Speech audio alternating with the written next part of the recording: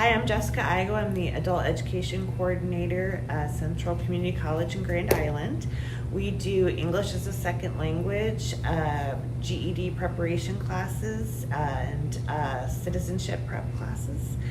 Last year we had 555 students from 27 different countries and spoke 14 different languages. We have a lot of diversity here. With the help of the United Way funding, we have been able to provide free GED testing for community members who meet our program requirements. So we help them through their GED preparation, practice testing, official testing, and then because we are connected to CCC, we're able to then help them enroll in post-secondary or look for a job. So we also work closely with Department of Labor, American Job Center on our career pathways piece with job preparation skills, computer skills, job soft skills, to try to get them workplace ready while they're working on their academic skills as well. So when we bring them in, we have an intake test to let us know what their educational functioning level is, but we also have a career pathways intake so that we can know their career goals, what has been a barrier for them to getting a job that helps them with life-sustaining employment, and kind of get a whole picture of the student to help get them ready to get their education and get out and get a better job. We offer in normal circumstances, we have in-person classes, which we will be starting again this fall at a limited availability because of social distancing requirements. We've also moved all of our regular classes online. So we have remote instruction available, distance education, which is where they can log on to an online curriculum and work at their own pace. But if they don't have a live teacher, our remote classes is a live teacher. We have 4 levels of ESL from beginner all the way to advanced. Online we have GED reading, math. We have a basic math class available, and those are morning or evening. And we are starting our citizenship session in the fall. That is a collaboration with Multicultural Coalition, where we work on getting them the skills to take their citizenship exam and prepare for the interview, and Multicultural works with them on more of the legal side of the immigration process.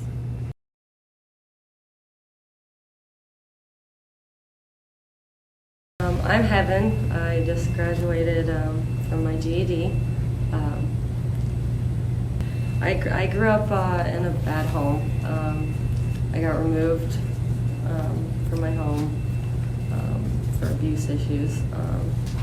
And I was in and out foster home, so I never completed my education. I just didn't have that opportunity moving around, and I got into, I ended up getting pregnant, dropping out of school, getting pregnant. Got pregnant with my kids. Their dad was very abusive.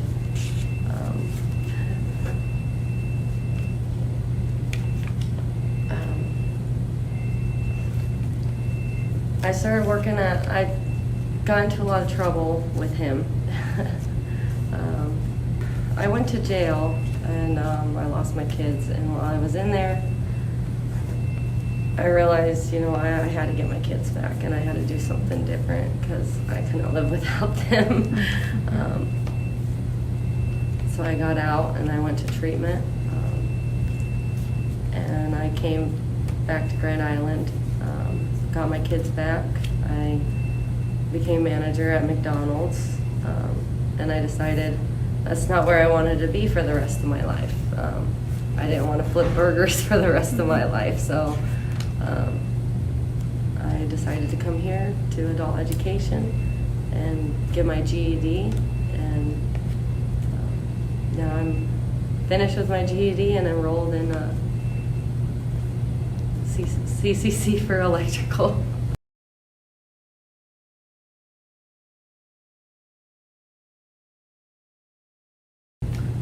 become an electrician. I want to be able to give my kids everything that I never had and the future that they deserve, you know. It's very important to me that I can help them, you know. I feel like I've gone through a lot, and I think this is a good step in being a positive role model for them, so they can see that Mom graduated school and she's going to class, and we can sit down and do homework together, and you know, so and hopefully one day get a nice big house, and you know, just wanted to do my GED and go to school to provide a life for my kids that I never got, so.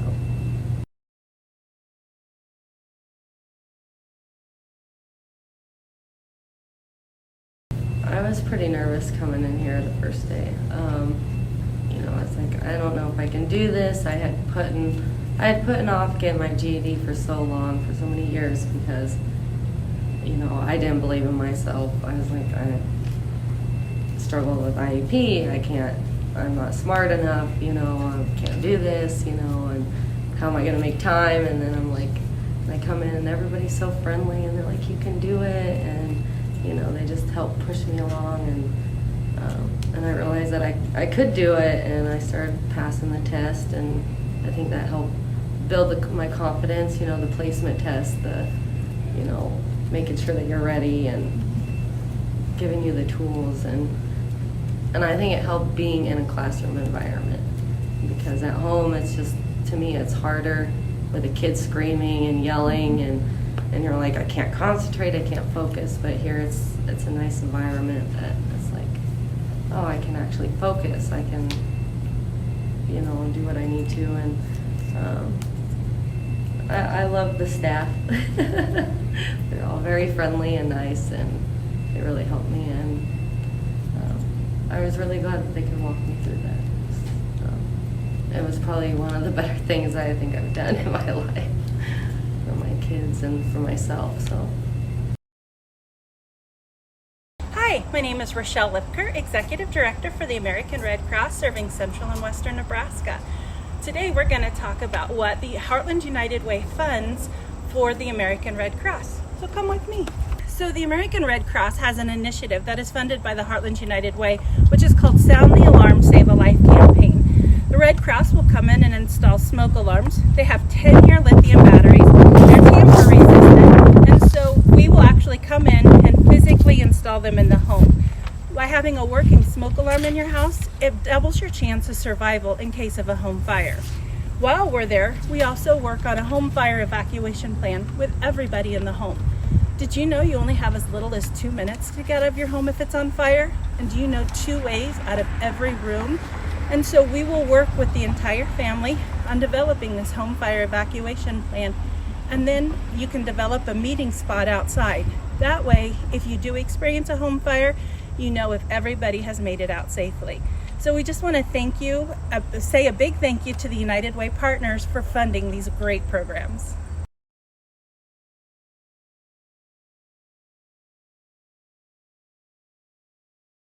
So when the American Red Cross is notified of a home fire or any other disaster, we have a team of volunteers that will respond day or night. And so when we go out, we provide the people who have been affected by the disaster with a client assistance card. It's loaded with money, and so that way that family can use these for immediate unmet needs, such as clothing or glasses or medications that they lost in their fire. We also take items such as Mickey Mouse to comfort the children who have just lost everything that they own.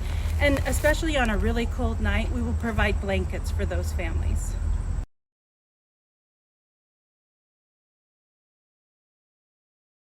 So a couple weeks ago, we responded to a home fire of a house totally engulfed in flames but the resident was outside the house. She had suffered smoke inhalation. And so when we receive the call, we always want to make sure that everybody is okay. And so our responders went up to the hospital to visit her to make sure she was okay, but yet to provide her with the assistance that she is going to need to help her in her recovery after the disaster. Hi, I'm Brenda Poindexter, Executive Director for Big Brothers Big Sisters of Central Nebraska. Big Brothers Big Sisters is a one-to-one mentoring program, two programs actually, that serve youth in Hall, Hamilton, Howard, and Merritt counties. We serve youth ages 6 to 18 in two separate programs. One is our community-based program that matches adults in our community who volunteer their time with youth in our community, and the other is a school-based program that matches high school sophomores, juniors, and seniors with elementary school students. Thank you for your support of Big Brothers Big Sisters. Hi, I'm Michelle Brisnahan. I am the Match Support Coordinator here at Big Brothers Big Sisters of Central Nebraska, and this is our newly renovated rec room. This is a space that our matches can come, hang out, spend some time together one-on-one. We are so grateful to Leadership Tomorrow for them choosing us. This is recently renovated during the quarantine COVID stuff. They chose us as their Leadership Tomorrow project. And so this is the result of that. This room was a wasted space. It was very dilapidated. It needed a lot of work. And so we were so excited to share this with everybody, and especially with our matches. We have a few areas if you want to come in and take a look. We have TV that has DVD, PlayStation. They can watch movies, they can play games, bring in their own games, all of that kind of stuff. So a little snack area, which is always important. This direction, we have sort of just a gathering area, big comfy couches. We've already had a couple of matches come in and use this space. They move the couches around. I love it that it's really flexible, so matches can do what they want to do to make it their space. We want them to own it. So they moved a couch and watched a movie the other day, which was fantastic. As we move over this way, we have pretty much every board game that you can find. That's something that we really appreciate too. Many of those board games have been donated, gently used, or new. We can always use those. So we've got a space for that. Over here we have craft corner. So we have some matches who like to do crafts and hang out and do that kind of stuff together, paint. Man, they've done all kinds of great stuff. So we have a place for them. We've got the foosball table, which is super popular with many of our matches. If we ever have a gathering here, in fact, when we did the open house about 3 weeks ago, the foosball table, there was, 5 or 6 matches that were in a tournament and having a great time with it. But we are so grateful. This is truly a dream come true. I started working at Big Brothers Big Sisters, I'm going to say about 3.5 years ago, and this was something that has been on my dream board for a long time, that we had a space that our matches could come and hang out that was just for them. We have lots of room to grow. It's flexible and it's wonderful, and we are so thankful for this space.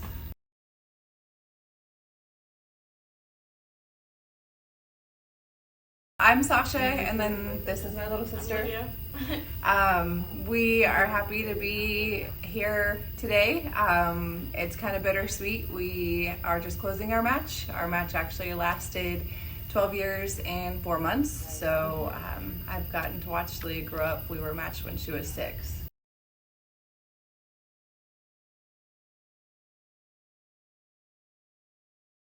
Big Brothers Big Sisters has been pretty awesome. I mean, truly, when I talk about it, it's changed my life more than I could say. I don't know if it's how it's changed hers, but it's really changed just my perspective on, giving back, really. And so, I mean, Lydia is like a family member, not just a kid, She has grown up with my own 2 children, and she's like a big sister to them too, so.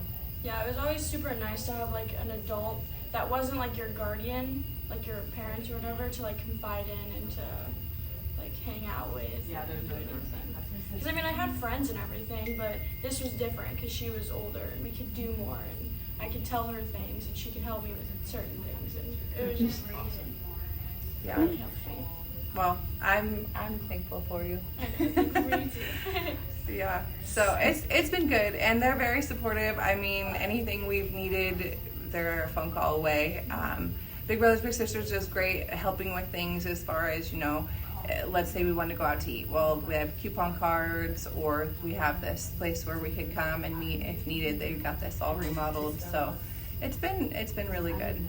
And there's always like events. They're always doing before COVID hit, but they've been doing so many different events and stuff.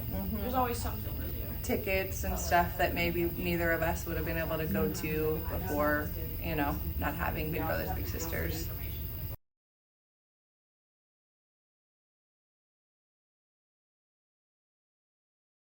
I would say, honestly, I cherish, our birthdays are just a couple days apart.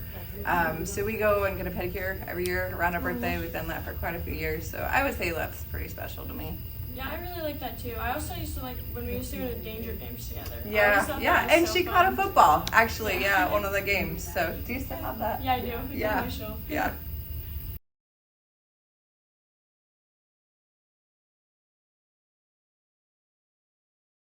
It was hard. We didn't see each other for a little bit because matches were shut off. But thankfully she's older and she's got a cell phone. So her family's okay with having cell phone contact with each other. I know Big Brothers Big Sisters has an app now that's going to be changing, so it's a little bit safer for families going forward. But we can text message and see each other once COVID kind of let up a little bit. So.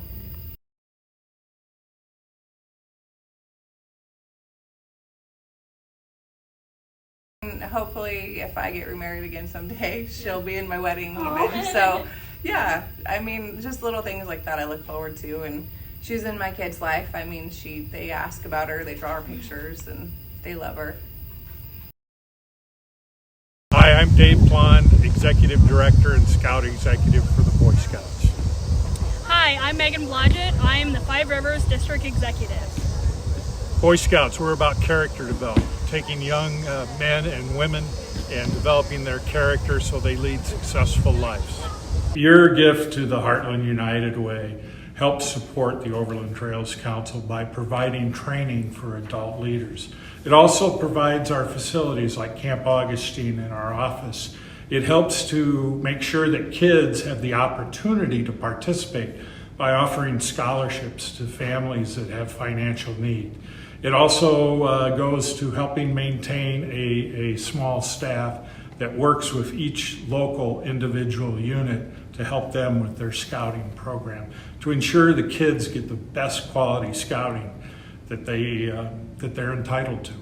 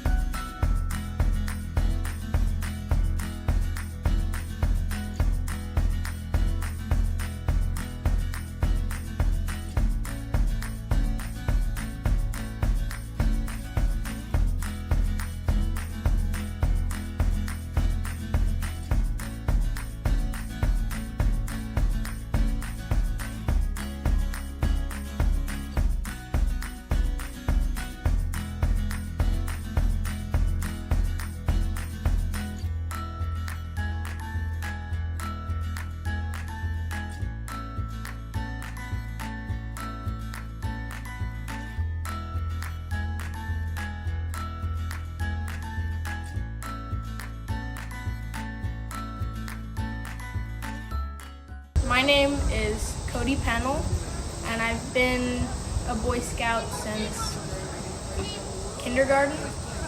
Have you been liking it? Yeah, it's a lot of fun. Well, what's your favorite part about being a Boy Scout? Hanging out with my friends. Very cool. Do you have a big troop? How many kids are in your troop? 12 around-ish. Cool. Have you spent a lot of summers out here at Camp Augustine? Yeah, I've gone camping here a couple times. What's your favorite part about camping out here?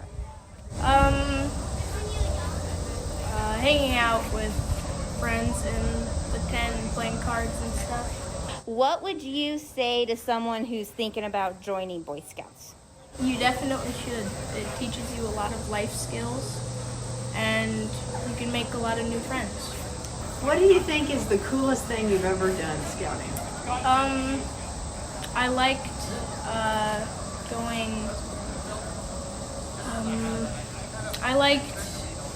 going on the rock wall here.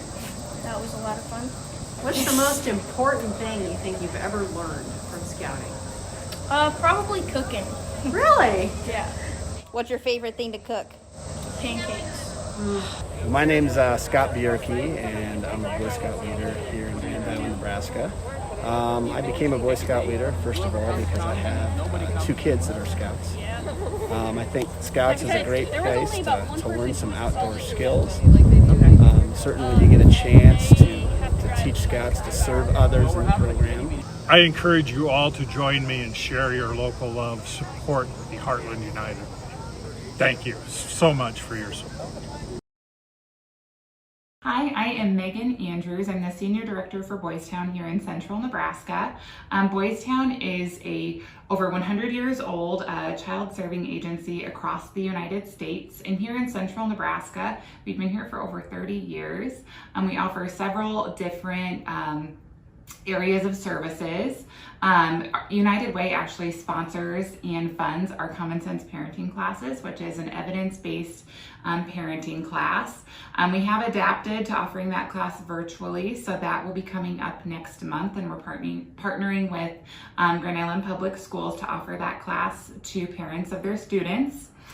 We also offer our behavioral health services through our licensed psychologists right here in Grand Island. We have our in-home services, which works on keeping kids and families together in their home. We also have our foster family services, which trains, recruits, and supports foster homes across Central Nebraska, as well as our Duncan Day School, which is a level 3 SPED program that's K through 12, about an hour outside of Grand Island here. Good afternoon and welcome to the United Way Tour of Agencies. Thank you for taking time out to see what your gift helps, how your gift helps people in Central Nebraska. My name is Connie Holmes, and I am the Executive Director here at the Council on Alcoholism and Addictions.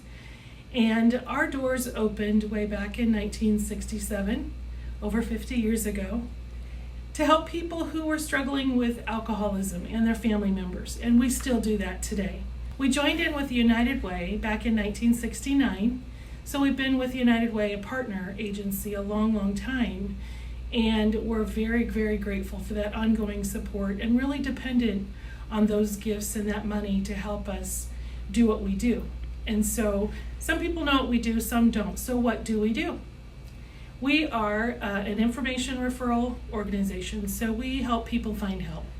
A lot of times people will call not knowing what to do, where to go, where to start, and so we will help them find their way. If we can't help them here, we'll make sure that they get referred on to some place who can offer more support than what we can offer.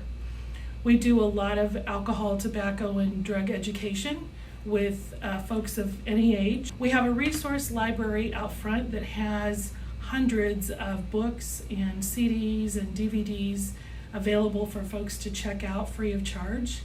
They range in topics from specific drugs to parenting, relationships, communication, finding help, 12-step program materials, all kinds of good stuff, a little bit of something there for everyone. We do a lot of collaborative work with community coalitions in Hull, Hamilton, Howard, and Merritt County. And so we as an organization are a resource on those coalitions to help help the communities identify resources available, and a coalition brings people from within the community together to discuss issues surrounding substance use. A lot about prevention, which is really important to us. And so they come together and figure out how can we address these issues in our community. So we're really involved in all 4 of those counties in that way. I mentioned earlier that we do a lot of alcohol, tobacco, and other drug education. And one of our primary target audiences is children, youth. And so we have several programs that are specific to youth. One of them is on site here at the council called Kids Power. It's a program specifically designed for children ages 7 to 11 who've been affected by someone's addiction. Addiction is a very complex disease and it affects so many people, and especially children.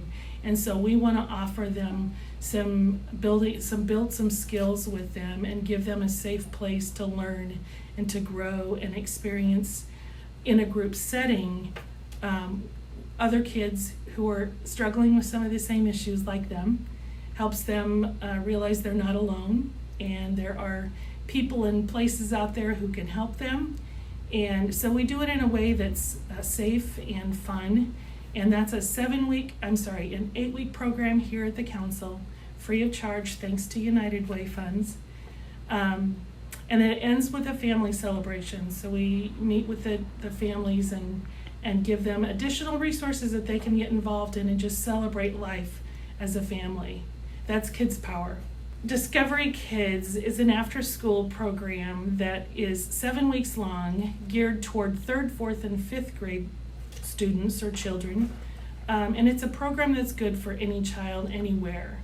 It's really basic drug prevention, bully prevention, and mental health promotion. So we really want to help teach kids coping skills and being able to get along with each other in healthy ways, and also to identify risky behaviors and hopefully give them the skills and help them with a desire not to get involved in those risky behaviors. One of the very cool outcomes of that program is that when we do the parent survey afterwards, almost 100%, just under 100%, say that now that my child has gone through this program, I as a parent feel more confident and able to talk to my kids about alcohol and other drugs and the dangers of getting involved in those. And that's a really important conversation for parents to be having with kids along the way. So following those two programs, Kids Power and Discovery Kids, those kids are invited to keep coming back for additional help and support and education, free of charge again, thanks to United Way dollars. Just as long as they want to keep coming back for that continued education and support. And we have anywhere from 10 to 20 kids who come each month who want to just have fun together and support each other and continue to learn and live that drug-free lifestyle. And we want to continue to encourage that message and those behaviors in kids as they grow up. And we want to support them in any way that we can.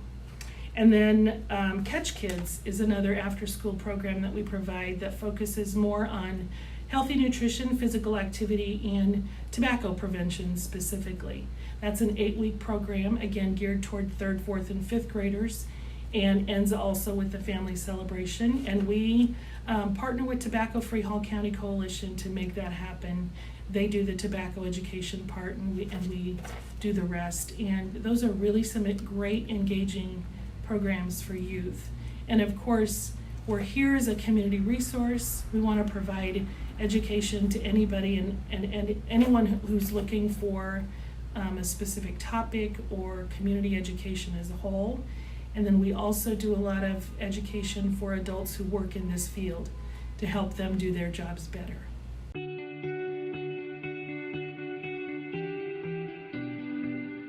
Through my tenure working at the Central Nebraska Council on Alcoholism and Addictions, there are many heartwarming moments that come to mind, but some of those that really touch me are the individuals who come into the office who are at their rock bottom and understand that they need a change and they need assistance in their life. One instance in particular is of a gentleman who came into our office while I was up at the front office making copies. He was very dirty and greasy, with grease and dirt, like he just got off of a job site. He came into our office upset with himself and He asked for help. He shared that his supervisor had just sent him away because it was the last time that he was going to tolerate him coming to work under the influence of alcohol. He had to call his significant other to let her know that he was removed from the job site, and she wasn't going to allow him to come home, and told him that he needed to stop by the office on 2nd Street, which was the council, for some help. So when he came to our office, he was sharing this story with us, and he began to cry. Our executive director door was open, and her office is near the front office, and she overheard him share his story and what was going on.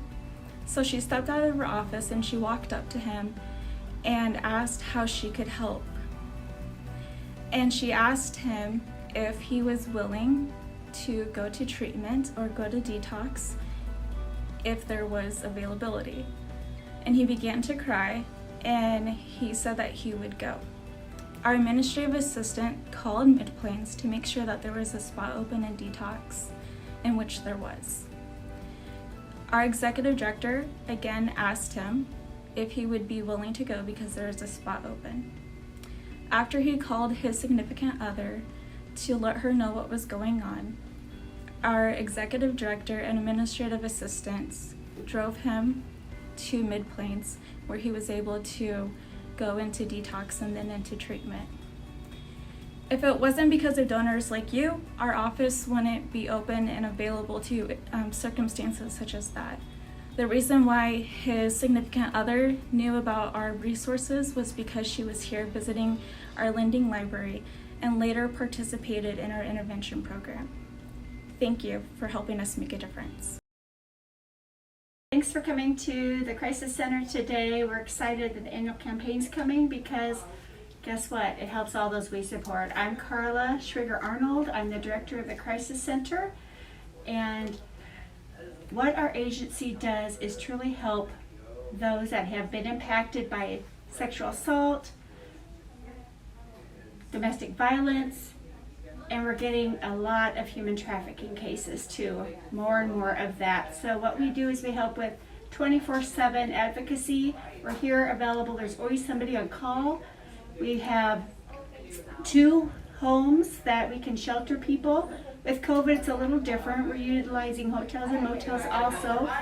We help with protection orders, harassment orders.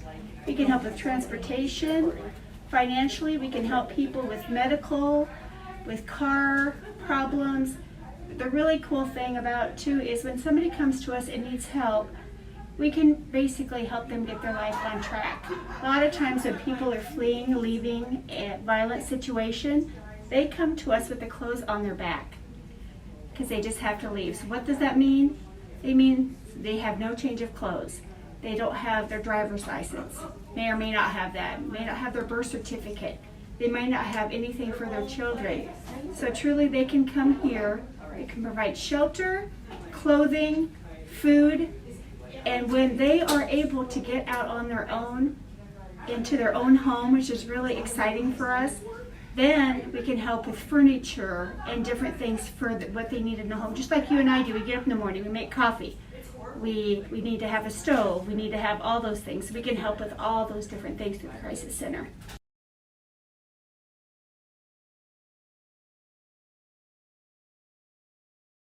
Hi, I'm Darcy O'Neill. I'm the youth advocate here at the Crisis Center. So I just do basic advocacy with adult clients who come in here needing assistance, fleeing abusive relationships. I can do protection orders, offer shelter services, financial assistance, all that sort of stuff.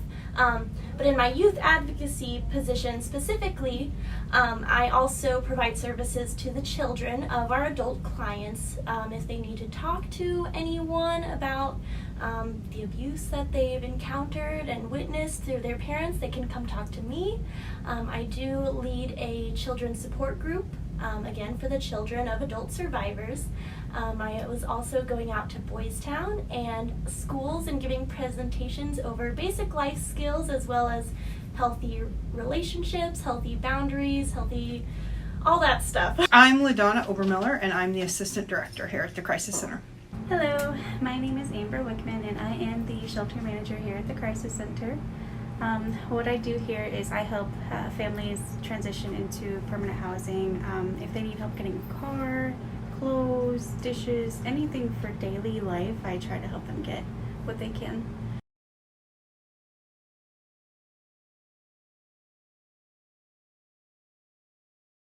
Welcome to the Crisis Center. I'm going to give you a tour here so you can kind of get an insight to what we do here.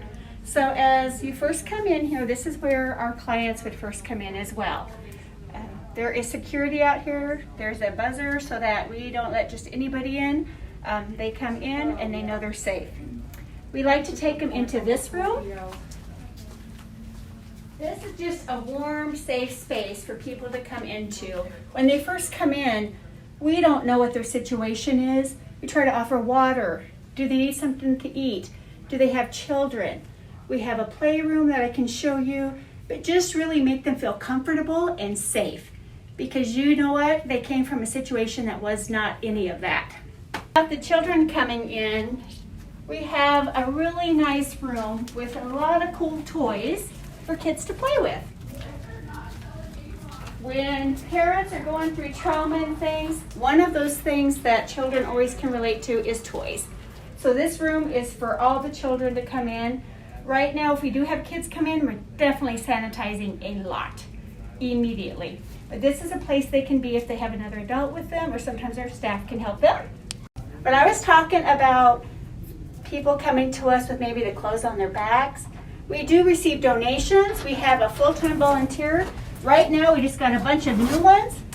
But just to give you a little insight of some of the things we have, they're in this room. It's clothing, it's dishes, bedding, all those types of things. So they can use them once they start on their own, or even if they come to us and they can sustain living, but they just need a place to go and they need all new things. And in each of those garages, that's where we keep the bedding, the couches, the tables, all of those types of things. So when people leave out of our safe homes, then they're able then to utilize those pieces. I don't know if I said this, but we also help them get a job. So we help with interviews, all of that too.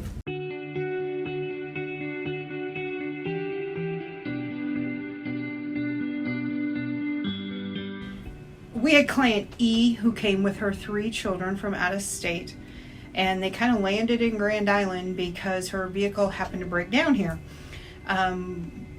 She had contacted law enforcement reached out to us, and we made that connection with her. 2 of her boys, her youngest 2, are deaf or hard of hearing, and so it was a challenge to work with them a little bit. She came into our shelter. We were able to get them hooked up with the schools, get the kids enrolled, help her find a job. She currently is living in her own home with her boys. They'll be starting school here in a little bit. And one thing that stuck out for me is when we first showed her our donation room, that was the first time in 16 years she had been allowed to pick out her own clothing. And she stood there crying. And it took a little while to get herself composed because she just had never been allowed to do that in 16 years because her abuser had always picked them out for her. She wrote a poem that kind of talks about her experience with the domestic violence that I'm going to share. Fear befalls me, yet choosing a change. Fear fills this female when she sees you. Hurt, pain, and anxiety rise to the surface. Pain overflows when questions arise. You broke my heart. Deep down, we have been separated for ages. When illness struck, you lost your mind. That's when I lost my husband. Why? The near misses, the remarks that cut deep, rage towards me, nightmare, living nightmares. How could a man do such things? Honesty is where I go, meet the emotions where they are. The quote, "Time heals all wounds," is woefully untrue. I digress.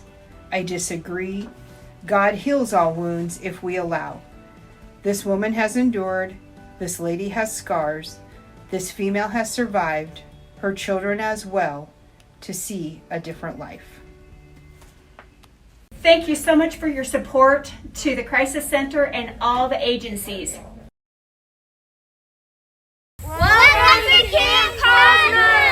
Hi, I'm Amy Hansen. I'm the Outreach Manager for Girl Scouts Spirit of Nebraska.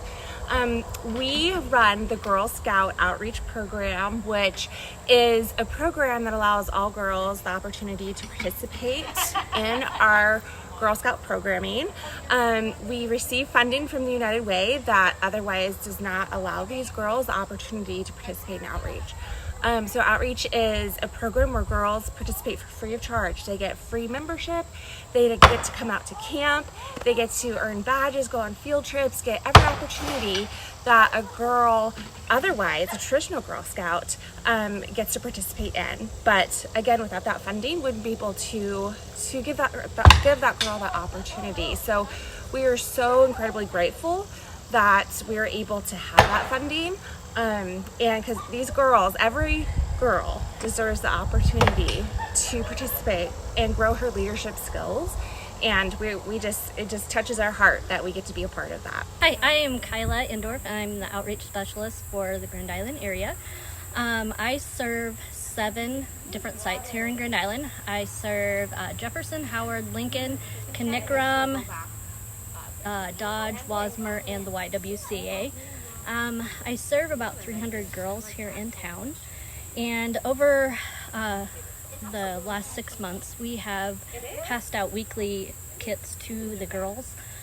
So each week they were able to do something Girl Scout related, so it gave them something fun to do while they were stuck at home. So we passed out, since May, we've passed out kits every week. Some of the kits were outdoor adventures, so the girls went outside, played games, did scavenger hunts, made art with nature. We did solar s'mores, so the girls made s'mores outside in pizza boxes with the sun. We've done bugs and flowers. We did swaps. Pet rocks, so they decorated a rock and then created a story with it. Painting and drawing, so they did they painted a narwhal and a cactus, so they watched videos and did that. So my name is Alicia Epp. I go by River out here at camp. I do a lot of the specialized activities out at our summer camp. So I'm a archery instructor, and I'm also a tomahawk instructor, and I do ropes courses as well. So we loved getting to be able to do all this fun stuff with the girls. It gives the girls an opportunity to explore new sports and give them a chance to grow and learn. We have out here at Camp Cosmo, we have a low ropes course and we have a high ropes course.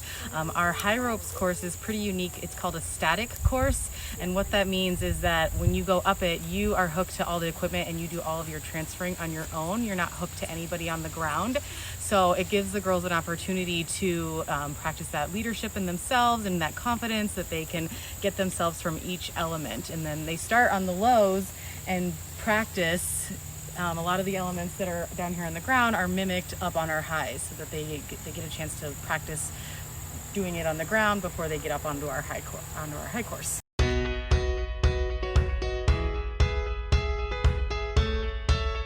Hi, my name is Emma, and what I like most about Girl Scouts is making new friends. Hi, my name is Kerrigan Indorf. I've been in Girl Scouts for 9 years, and my favorite thing about Girl Scouts is GSAG, or Girl Scout Advisory Group. So you plan most of the summer programs, and then you also go and help at those events, and you also get to go to the GSAG retreat, which is where all the GSAG groups from across Nebraska go and to Nebraska City. Hi, I'm Haley, and I like most about Girl Scouts is because you can have a mini family. Hi, my name is Miley, and my favorite thing about Girl Scouts is going out and exploring. Hi everybody, I'm Erin, the Interim Director with Heartland CASA. Heartland CASA is court-appointed special advocates. We advocate for children who are in the court system due to abuse and neglect. Heartland United Way is Heartland CASA's largest funder. Without the funds from Heartland United Way, Heartland CASA would not be here. So we're very thankful for our Heartland United Way funding. As you guys can see, this is our project room. Looks kind of messy, but this is where we put together our Cases for CASA kids. So that program gives children that are entering foster care the first 5 days of their essential needs. So they get a suitcase with clothing, deodorant, shampoos, conditioners, things like that. They each get a blanket, a stuffed animal. This goes from 0 to 19 years of age. This is something that Heartland CASA is super proud of and super excited about. And as you can see, we are filling up. I think right now we're at about 50 cases. Hopefully to be doing another 50 cases shortly. So like I said before, Heartland CASA is a court-appointed special advocate. So obviously they go into the courts to advocate for the child, but their role is so much bigger. These volunteers go to these homes where these children are staying, whether it's with family members, foster care, and their job is to build a relationship with these children to find out how they are doing physically, emotionally, and that's a big responsibility. We know that building relationships aren't always easy, and especially children that have gone through traumas. So our CASAs go in, they build these relationships trying to understand more about the children, and also then they build relationships with the families these children are staying with. Our CASAs, they have a huge responsibility. And none of my CASAs would trade it. I mean, they all love what they do, hence why they're volunteers. But it is an emotional journey, and it doesn't always go the way we hope. And my CASAs come in here and you know, our happy days where they feel so rewarded for what they have accomplished and what the children's lives have changed for the better. And then there's times they come in and things aren't as happy. Heartland CASA is always looking for volunteers. You have to be 21 and older. You can go to our website at heartlandcasa.org. Even if you're not interested necessarily in becoming a CASA as a court-appointed special advocate, we are always looking for other volunteers, whether that's doing office work, helping stuff our Cases for CASA kids, all kinds of different things.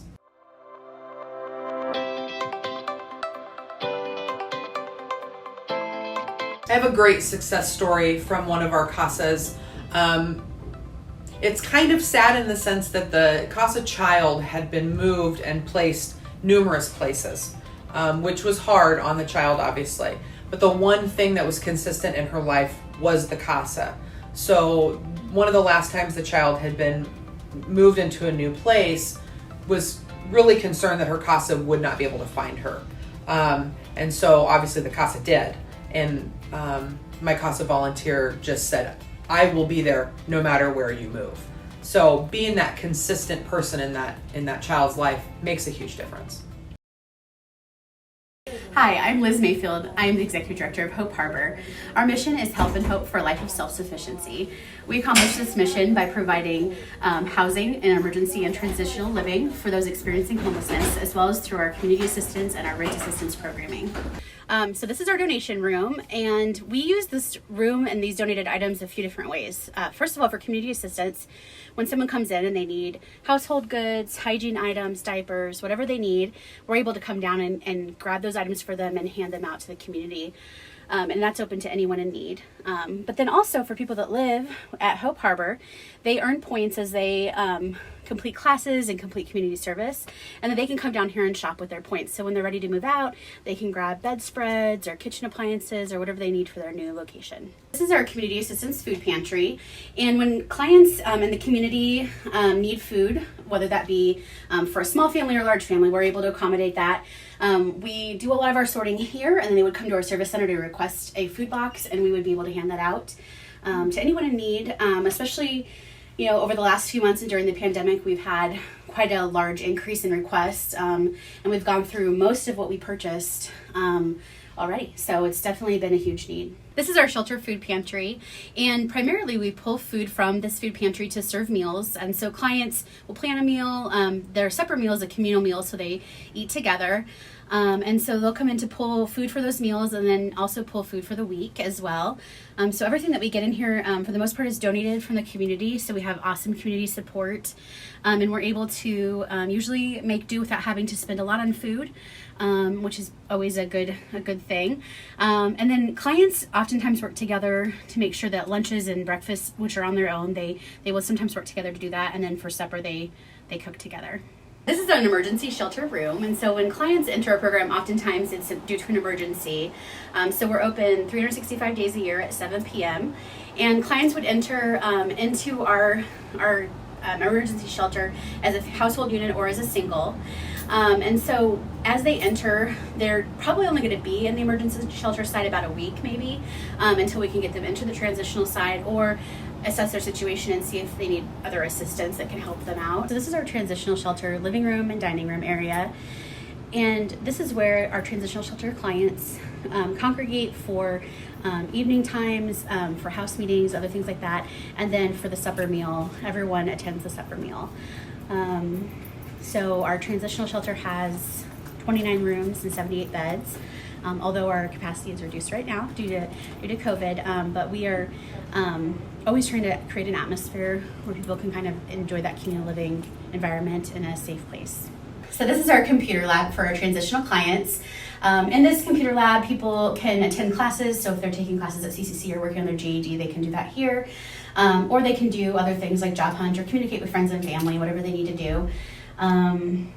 Sometimes if they're not able to get into an appointment, they can do telehealth or other mental health counseling services over the internet here as well. So this is a sample of our transitional shelter room. This would be considered a family room.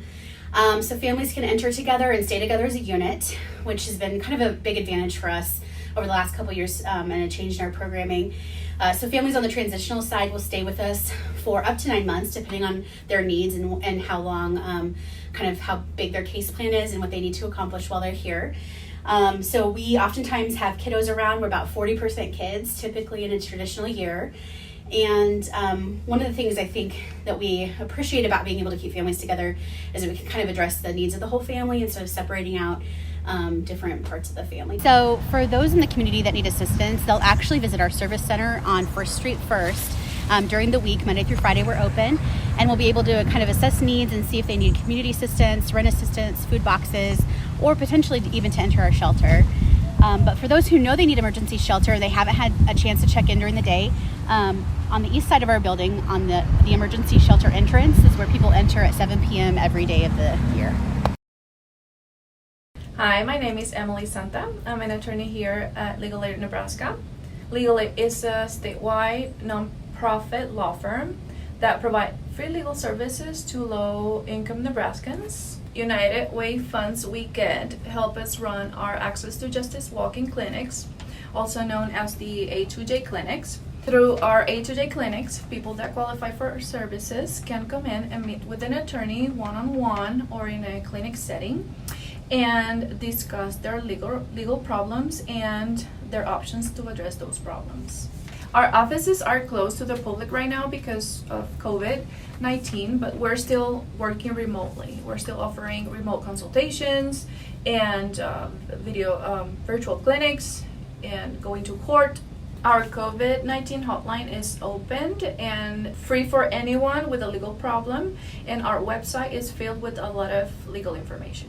This is Legal Aid of Nebraska's website, legalaidofnebraska.org. If you go to menu, call for help, you will see all of the hotlines numbers, and you can also apply for our services online here. And you can find self-help resources here. We cover a variety of legal problems like evictions, unemployment appeals, SNAP and Social Security appeals, other public benefits appeals, and debt collection cases, and bankruptcies, just to give you an example. And our services range from advice, legal advice, to direct representation. So this is where the A to J clinics take place. Since we're doing one-on-one with clients, they can use this computer, and we can have a video with an attorney here in the computer, or we can use that monitor over there and project the attorney that would be providing legal advice and information. And if the client needs an interpreter, we can use this to do over the phone interpretation. Recently, we helped a client with an unemployment appeal, and she had to wait since March, April, May, like 4 months to get a decision, like to actually get the hearing for the appeal. And then because of the help we provided, she was able to get the money just in time to pay her rent, when exactly the same day that she got a letter from her landlord asking her to pay the amount she owed in full by the next day. Hello, my name is Quinn Hullett, and I am the Marketing and Communications Director here at the Literacy Council of Grand Islands. Now, what we do here, we are dedicated to providing free literacy education for anyone and everyone in the area who needs it. And we ultimately provide that education to help our students be able not only to communicate better as individuals in their everyday lives, but to also grow as individuals and to ultimately thrive in the greater community. And we like to do that through several of our main education programs. Our language and learning computer lab, which is where students work individually, kind of work with self-paced curriculum, whether that's general English language learning, whether they're working to get their citizenship, or just to do some general job searching, but that way they can kind of work at their own pace, working toward their own goals as individuals. Then we also have our one-on-one tutoring program where a student works individually with their own private volunteer instructor, and they meet at least once a week for at least an hour, and together they go over curriculum and lessons that again pertain to the student's individual ambition, whether that's general English language learning, whether they want to do that in combination with achieving a specific goal like getting their citizenship, getting their GED, getting a job, preparing for a medical appointment, that kind of thing. And then we also have our group classes, which is more of a traditional classroom sort of layout, with multiple students working with one volunteer instructor, again kind of providing more general instruction on English language learning. And then we also have a couple of classes that pair that with a specific subject like health literacy, digital literacy, and also civics and citizenship. My name is Allison Hoden. I'm the Director of Programs here at the Literacy Council of Grand Island, and this is our new space. So in this big open room here, we have spaces for one-on-one tutoring. So students and tutors typically come to meet here for about an hour a week to work on learning English, working toward personal goals, building relationships.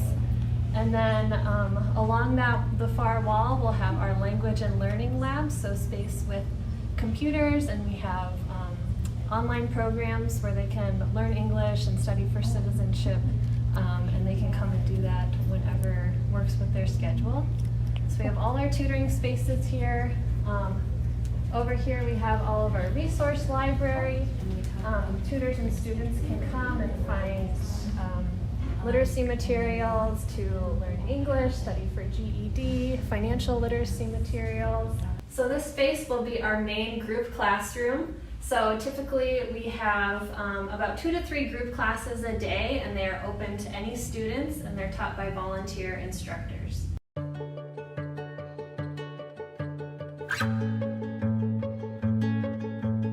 We really thrive on helping our students not only improve their literacy and language skills here, but also helping connect them with various opportunities that allow them to thrive into the community, as well as meet their own personal ambitions.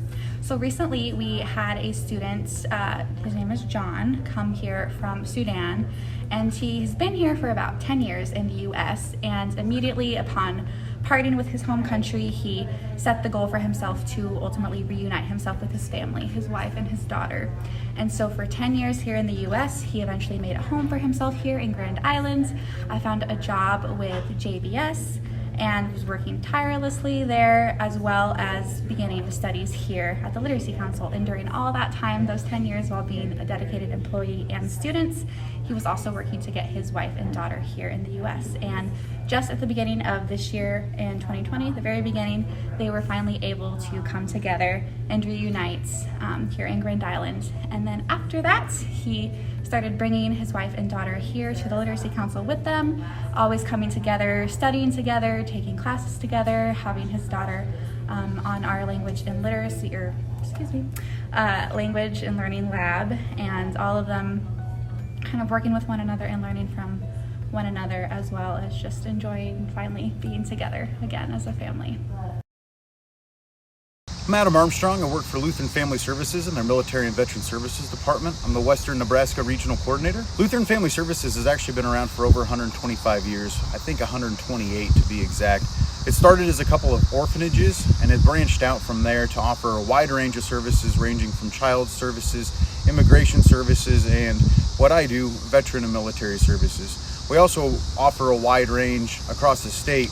Here specifically in Grand Island, we concentrate on military and veteran services, immigration legal services, and working with refugees.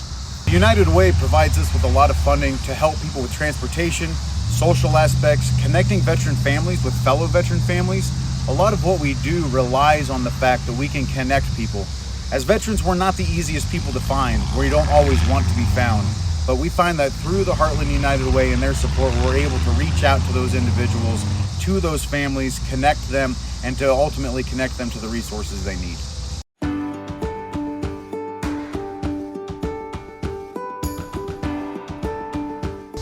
Served in the United States Air Force from 2002 to 2006, transferred over to the Air National Guard in 2006 to 2010, and I realized when I got off of active duty in 2006, I hit a lot of struggles. Life wasn't going well. I was living my life in a bottle and really just fighting to even stay alive. It wasn't until November 29th of 2008 that I realized that I couldn't live life the way that I was living it, and I made a phone call. 2 veterans showed up on my doorstep that night through AA and actually told me that they had my back. I hadn't mentioned to them that I was a vet. I was scared that they would get that back to my chain of command. But from that moment forward, they had my back. So what I've done since that date is attempt to pay that back to those that helped me by paying it forward to fellow vets. I'm happy to announce that I'm an 11.5+ years sober, and life is a lot better. So I just like to be able to share that with fellow veterans. My story might not be exactly what works for them, but at least we can find some common ground and work through it to find that success story for them. Hello, welcome to Multicultural Coalition. My name is Audrey Lutz and I'm the Executive Director here. We offer newcomer services to people who are immigrants, refugees, or other people who are new members of this community. We want to make sure people have access to meet their basic needs and also have access to immigration benefits to sustain their existence here in Central Nebraska. Multicultural Coalition helps with barriers to people's self-sufficiency. So we tackle issues as small as helping someone pay for a parking ticket and where they do that and when to go, to as major as they have experienced a job loss because of a work injury, and how do you pay for your mortgage and your medical bills while you are waiting for the right processes to kick in. One of my pleasures as executive director is watching the citizenship process. That is, watching people who are newcomers to this country become U.S. citizens. Most people think it's as simple as taking a multiple choice exam, but in fact, it's a complicated interview where people are gauged on their conversational English abilities, to memorization of their personal history, and then an oral examination of any one of 100 possible questions. And a part of that process is that when somebody becomes a new citizen, they on average earn 8 to 11% more income, which opens doors for them as Central Nebraskans. We also help with other immigration barriers, such as renewing a green card or permanent residency card, renewing work authorization, to petitioning for family members so that families can be reunited here in Grand Island and really experience the good life here in Nebraska.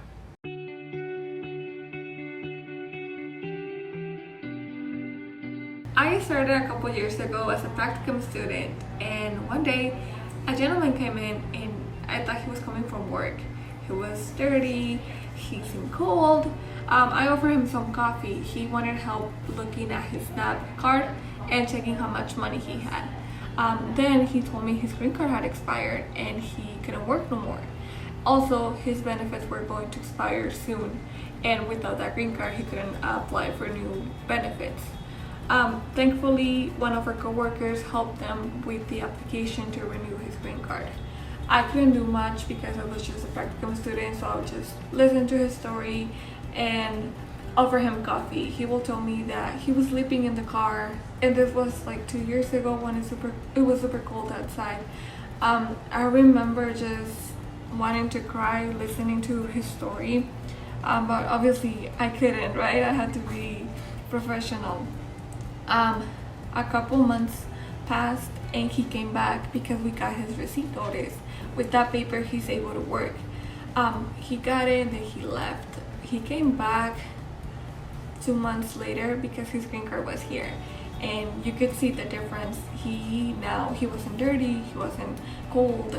He told me that he had an apartment, he was chubby, he had color in his cheeks, you know. Back then he was like pale white, and now he had like little red. He was like, thank you guys, thank you. He was so happy to see his green card. He was like, thank you for helping me and opening the door when like everyone was closing it. Like, now I have my apartment, I have a job. And every time now I am a DOJ, so I can help them. I can help people in the same situation as him to renew their green card. And every time when I'm tired, when I'm like burning out from all the work and all the stress, I think of him and how like so little changed his life, and that's kind of what gives him motivation. Thank you for your support.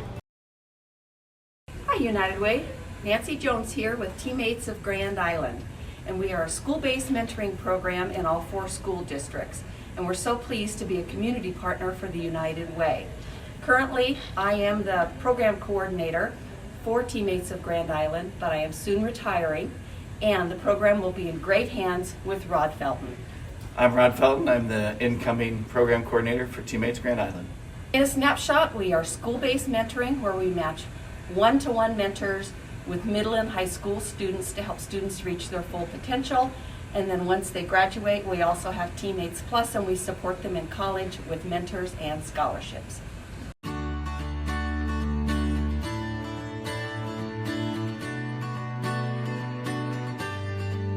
I get involved in Teammates because it gives me a chance from the day to meet with a student who I wouldn't normally have in class, and then just to be able to mentor them, which in my case mostly means converse with them, hang out with them, talk about things that are not necessarily class related.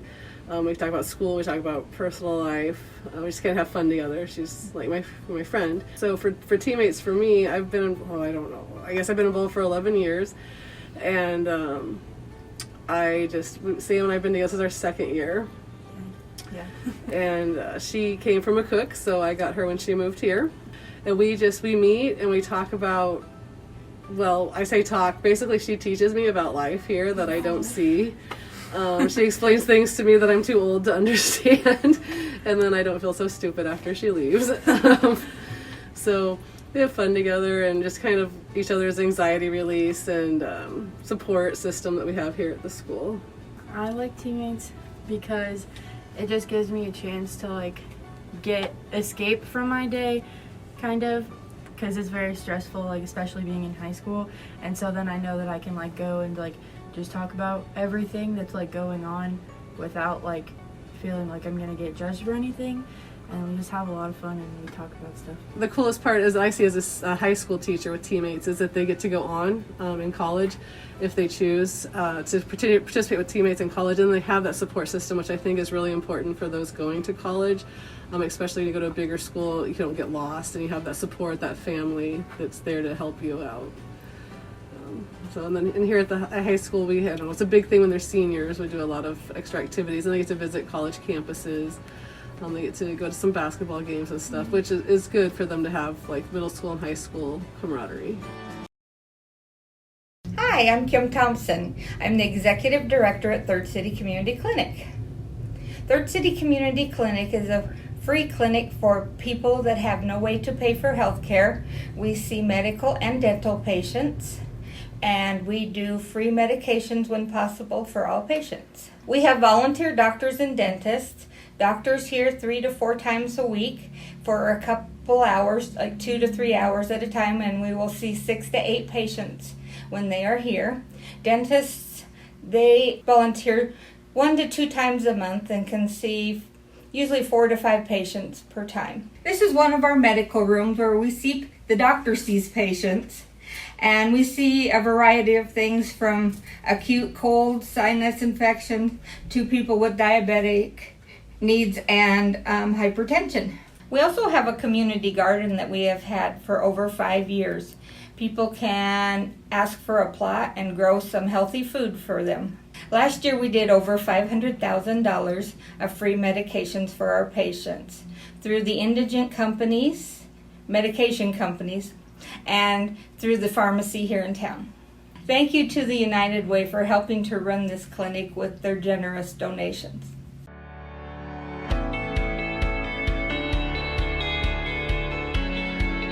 Danielle Rainbow. I was introduced to Third City. I had lost my job because due to illness, and I didn't have insurance anymore. I wasn't able to have any way of paying for any kind of help, and so that illness kept becoming worse, and then also just other illnesses would come up, and I had to pay out of pocket every time that I went to a doctor, which is expensive, and with no income became impossible for me.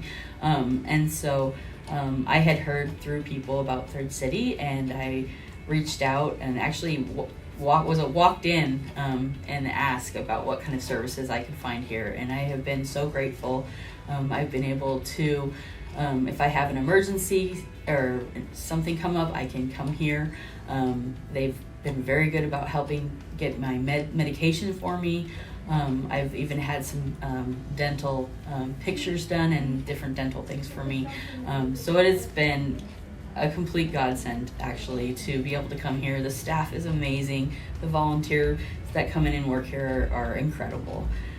So I'm just extremely grateful, and I use the services all the time. Even whether it's my daily medication to an emergency that would come up. And if they can't treat it here, they find me a place to go after that. And that's just been incredible for me. Hi, my name is Kara Lundberg, and I'm with the Grand Island YMCA, and I'm the interim executive director here at the Y. And at the Y, we offer swim lessons for people of all ages. We are the place where people can come find their health and wellness needs in a safe environment. We offer youth sports, and we also are one of the larger providers of daycare here in our community. The United Way supports our Operation Splash program, and that program is where the YMCA works with school counselors in our Title 20 schools where kids may not be able to afford a service at the Y. And we consider swimming lessons to be an important service and skill that kids should learn early on so that they can take it with them in the rest of their lives and hopefully be safe in, on, and around water. We currently serve about 120 kids through the program, and even though it's been a different year, we have been able to serve kids throughout the summer that may not have been able to get swim lessons, and the schools have still been great to work with us through that process as well.